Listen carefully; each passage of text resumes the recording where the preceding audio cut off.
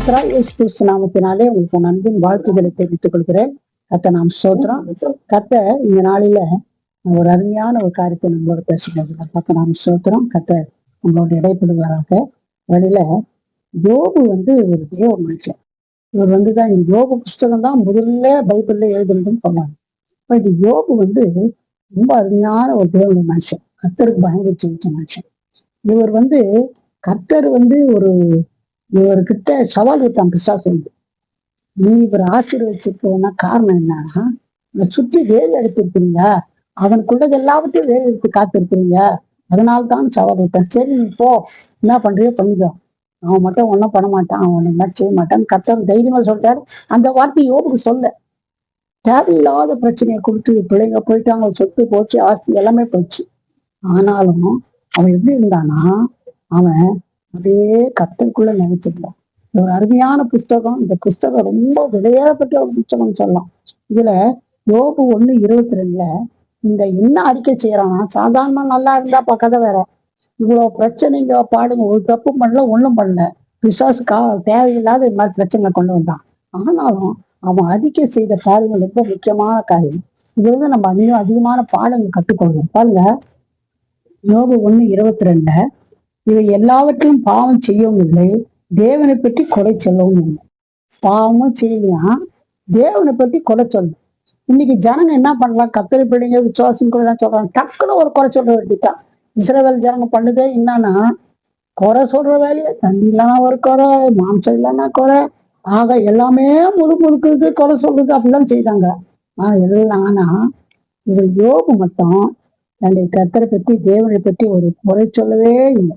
அதுல யாக்கோபு 1:3 உங்கள் விசுவாசத்தின் பரீட்சையானது பொறுமையை உண்டாக்கும் என்று அறிந்து அதை மிகுந்த சந்தோஷமாக இருங்கள். இப்போ நம்மளுக்கு பரீட்சை சோதனை வரும்போது, ஏன்டா எனக்கு இப்படி வந்துச்சுன்னு யோசிக்காதீங்க. அது கண்டிப்பா என்ன பண்ணும், பொறுமையை உண்டாக்கும்.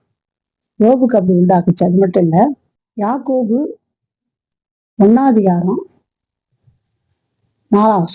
நீங்கள் ஒன்றிலும் குறையுள்ளவராய் இராமல் பூரணதாயும் நிறையுள்ளவர்களாய் இருக்கும்படிக்கு பொறுமையானது பூர்ண கிரியை செய்ய கடவுது. நம்ம என்ன செய்யணும்னாக்கா, பொறுமை ரொம்ப முக்கியம். பொறுமை தான் குணசாலி தனத்துல முக்கியமாக இருக்கணும். இந்த பொறுமை எப்படி வரும்னா, உபத்திரம் மத்தியில் தான் வரும். கர்த்தர் உபத்திரம் கொடுத்து வேடிக்கை பார்க்க மாட்டாரு. அதுல கர்த்தர் ஒரு கிருபை பாருங்க, எப்படி யோபுக்கு கிருபை கொடுத்தது போல, பொறுப்பை கொடுத்தது போல நமக்கும் அந்த பொறுப்பை கொடுப்பாரு. யாக்கோபு 5:10 என் சகோதரரே, கர்த்தருடைய நாமத்தினால பேசின தீர்க்கதரிசிகளை துன்பப்படுத்திருக்கும் நீடிய பொறுமைக்கும் திஷ்டாந்தமாக வைத்துக் கொள்ளுங்கள். அதுல 5:11 இதோ பொறுமையாய் இருக்கிறவர்களே பாக்கியவான்கள் என்கிறோமே, யோபின் பொறுமையை குறித்து கேள்விப்பட்டிருக்கிறீர்கள், கர்த்தருடைய செயலின் முடிவையும் கண்டிருக்கிறீர்கள், கர்த்தர் மிகுந்த உருக்கமும் இரக்கம் உள்ளவராய் இருக்கிறார்கள். இப்போ இளைஞன் என்ன பாக்குறோம்னா, உபத்திரம் ஒரு பொறுமையை நமக்கு உண்டாக்கும். இதுல ஒன்றும் நம்ம அதை பத்தி நம்ம எப்படிலாம் யோசிக்காதீங்க. என்ன உபத்திரம் வந்தாலும் யோபுக்கு கிருபை செய்து, யோபுக்கு ஆசீர்வாதம் எப்படின்னா, பொறுமையா இருந்தாரு. கடைசியில எதாவது எழுதாரெல்லாம் டபுளா கிடைச்சிச்சு. சிநேகிதங்க சொந்தக்காரங்க விட்டு போயிட்டாங்க. இவருக்கு ஆசீர்வாதம் வந்ததும் எல்லாம் தேடி வந்தாங்க. அதனால இந்த மாதிரி உபத்திரத்துல அவர் என்ன அறிக்கை செய்தாருன்னு சொன்னா, சோதனை மத்தியில யோபு 1:21 எல்லாமே போயிடுச்சு, சொத்து ஆஸ்தி பிள்ளைங்க எல்லாம் போயிடுச்சு. அவர் என்ன சொல்றாரு, நிர்வாணியா என் தாயின் கர்ப்பத்திலிருந்து வந்தேன், நிர்வாணியா இவ்விடத்திற்கு திரும்புவேன், கர்த்தர் கொடுத்தார், கர்த்தர் எடுத்தார், கர்த்தருடைய நாமத்துக்கு சோத்திரம் என்ன. பாருங்க, எல்லாம் போயிட்டாக்கா. என்ன சொல்றாராம், நிர்வாணியை தான் நான் பிறந்தேன், போகும்போது நிர்வாணியாக தான் போறேன், கர்த்தர் கொடுத்தா, கர்த்தர் எடுத்தார், கர்த்தர் நாம சோத்திரம். இதெல்லாம் நமக்கு என்ன செய்யணும்னா, கர்த்தரை எல்லாவற்றையும் கர்த்தரை துதிப்பேன், எல்லாவற்றையும் கர்த்தரை துதிப்பேன்னு சொன்னார். இந்த மாதிரி நம்ம கிட்ட கர்த்தரை எதிர்பார்க்கணும். எல்லா காரியத்திலும் கர்த்தரை துதிக்கணும். நன்மைக்காக மட்டும் துதி சோத்திரம் அல்லையில போட்டதில்ல. ஒரு தீமையா இருந்தாலும் கர்த்தாவுக்கு எனக்கு நன்மையாக முடிச்சு விட்டுருங்க சொல்லிட்டு நன்றி சொல்லணும் கர்த்தர் விரும்புகிறார். அடுத்தபடியாக யோபு 2:9 அப்பொழுது அவன் மனைவி அவனை பார்த்து, நீ இன்னும் உம்முடைய உத்தமத்தில் உறுதியாய் நிற்கிறீரா, தேவனை தூஷித்து ஜீவனை விடும் என்றார். எல்லாம் போயிடுச்சு. நீ இன்னும் கூட என்ன பண்ற? உத்தமத்தில் இருக்கிறியா? தேவனை துஷ்ட ஜீவனை விடு. அவங்க மனைவி சொல்றா. பிள்ளைங்கெல்லாம் போய் சொத்து ஆஸ்திரா மனைவி தான் இருக்கிறா உயிரோடனா, அவன் அந்த மாதிரி வார்த்தை சொல்றான். அப்பதான் அவன் என்ன சொல்றாரு, அவனு என்ன வந்தாலும் கத்தர் திதிச்சாரு. தேவன் வாழ்க்கையில அனுமதிக்கிறத நான் ஏற்றுக்கொள்கிறேன் ஒரு தீர்மானம். கத்தர் தான் அனுமதிச்சார், சரி ஏற்றுக்கொள்கிறேன்றார். அடுத்தபடியாக ஒரு வார்த்தை கேட்கிறாரு, ஃப்ரெண்ட்ஸுங்க கிட்ட கேட்கறாருலாம். ஃப்ரெண்ட்ஸுக்கெல்லாம் பார்க்க வந்துட்டாங்க. இவர பார்க்க வந்தவங்க ஐயோ போய் குய்யோன்னு சொல்ல, பாவம்னு சொல்ல, நீ என்ன தப்பு பண்ணன்னு தெரியல, அதனால தான் உங்களுக்கு வியாதி வந்துச்சு, அதுதான் கடவுளுக்கு பனிஷ்மெண்ட் கொடுத்தான்னு பேச ஆரம்பிச்சுட்டாங்க. அப்போ அவன் கேட்கறான் ஒரு வார்த்தை பாருங்க, யோபு 6:24. எனக்கு உபதேசம் பண்ணுங்கள், நான் மௌனமா இருப்பேன். நான் எதினால் தவறினோ அது எனக்கு தெரியப்படுத்துங்க. நான் என்ன தப்புன்னா எனக்கு சொல்லுங்க, நான் திருத்திக்கிறேன். அவருக்கு தெரியல நான் ஒன்றும் தப்பு, உண்மையா அவர் ஒன்றும் தப்பு செய்யல, ஆனா சத்துதான் சோதிச்சிருக்கு. ஆனா என்ன தவறு தான் எனக்கு சொல்லுங்க, நான் திருத்திக்கிறேன்னு சொல்றேன். அந்த மாதிரி யாருன்னா நம்மள பேசணும், நம்ம என்ன பண்ணக்கூடாது, நான் ஒன்றும் பண்ணல நீ நான் பேச, அப்படி பேசக்கூடாது. ஒரு வேலை தவறுன்னா சொல்லுங்க, நான் திருத்திக்கிறேன்ற மாதிரி நம்ம அப்படி அறிக்கை கத்தரு நம்மளுக்கு எதிர்பார்க்கிறார். அடுத்தபடி பாருங்க, யோபு 9:10. ஆராய்ந்து முடியாத பெரிய காரியங்களையும் எண்ணி முடியாத அதிசயங்களையும் அவர் செய்கிறார்.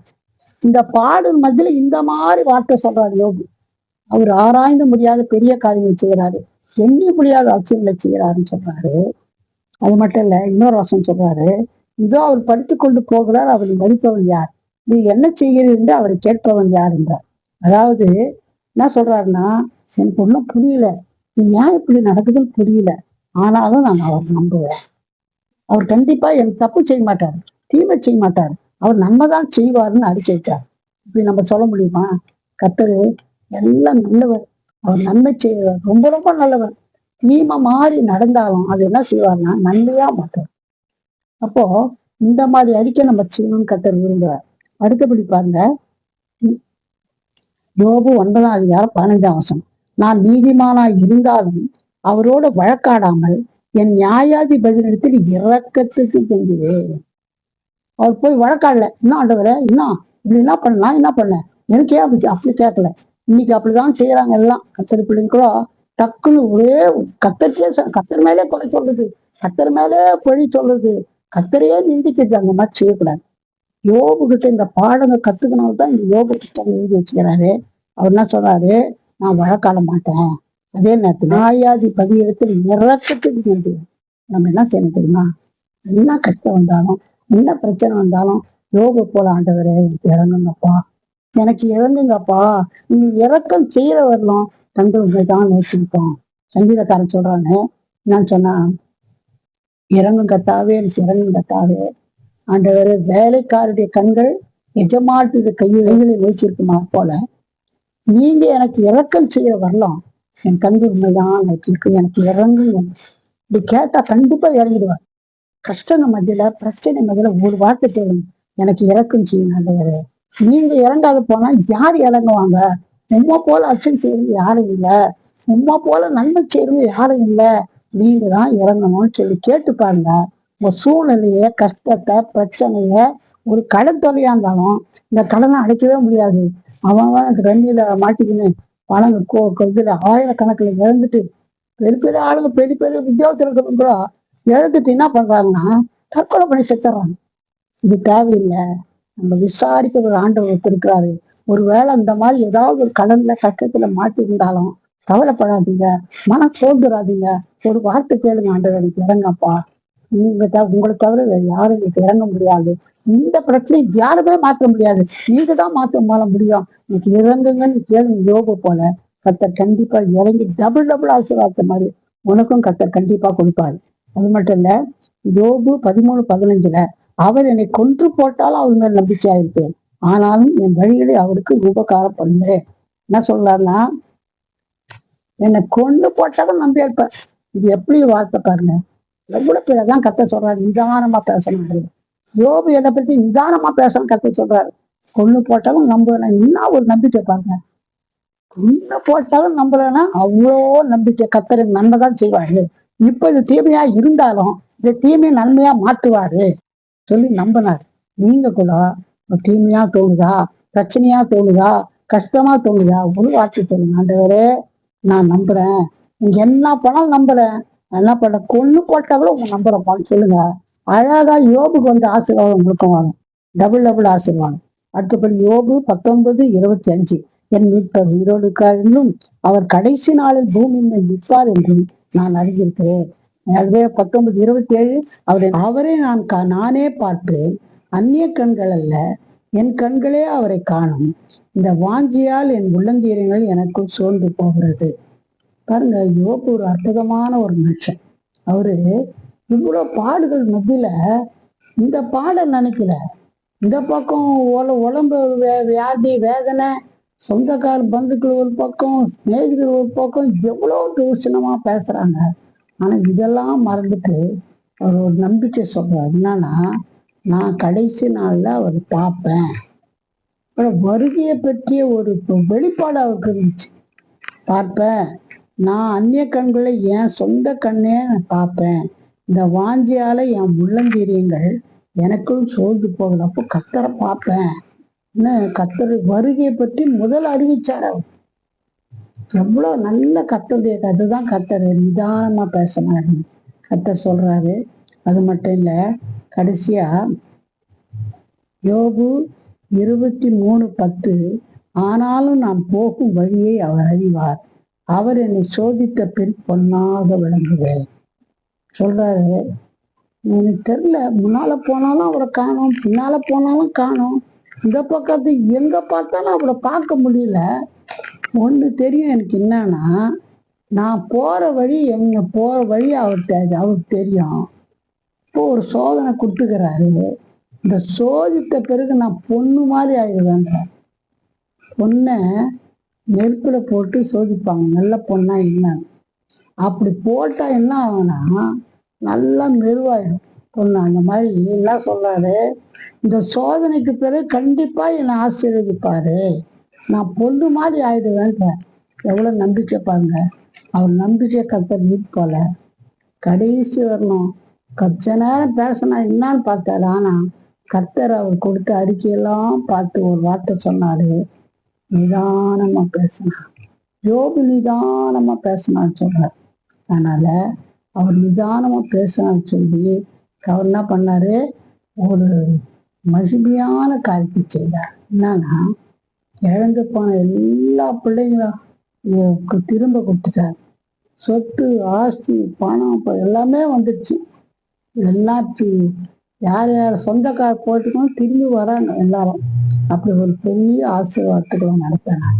ஆனா யோபுவை கர்த்தர் நம்பி என்ன பண்ணார், பிசாசுக்கு இடம் கொடுத்தார். சரி போய் என்னன்னா பண்ணுங்க. ஆனா யோபு கர்த்தர் வைக்கப்படுற மாதிரி இல்லை. கர்த்தர் எவ்வளவு நம்பிக்கை யோபு நம்பிதான் பிசாசு கிட்ட சொன்னாரு. ஆனா யோபு என்ன பண்ணல, ஒரு காலம் கர்த்தரை வெட்கப்படுத்த மாதிரி நடந்துட்டு. இந்த இதுல யோபு புஸ்தகத்துல மொத்தம் 58 போல சர்வ வல்லவர்ங்குது.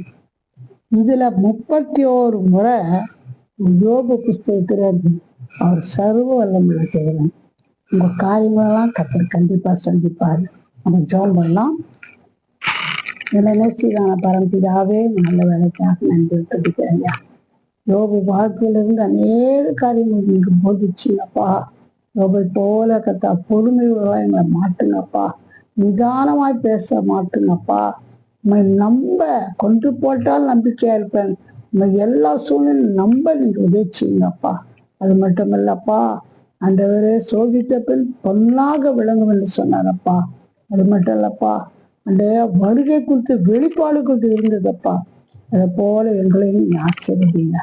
எல்லா சூழ்நிலையிலும் பொறுமையா இவங்க நோக்கி நம்பும் பொழுது யோபை ஆசீர்வதித்தது போல இந்த நாள் இதை கேட்டுக்கொண்டு யாரா இருந்தாலும் அவளை நீங்க ஆசீர்வதிங்கப்பா. பிரச்சனையை முற்றிலுமாய் மாற்றுங்கப்பா. அப்படியே எல்லா பிரச்சனையும் முற்றிலுமா மாற்றி ஒரு ஆசீர்வாதத்துக்குள்ளாய் நடத்துங்க. அற்புதம் செய்யுங்க, பெரிய காரியம் செய்யுங்க. ஒரு பிள்ளை கரத்துக்குள்ள நாங்கள் தாழ்த்தரும். இயேசு நாமத்தில் ஜெபம் கேளும் பிதாவே. ஆமென். God bless you.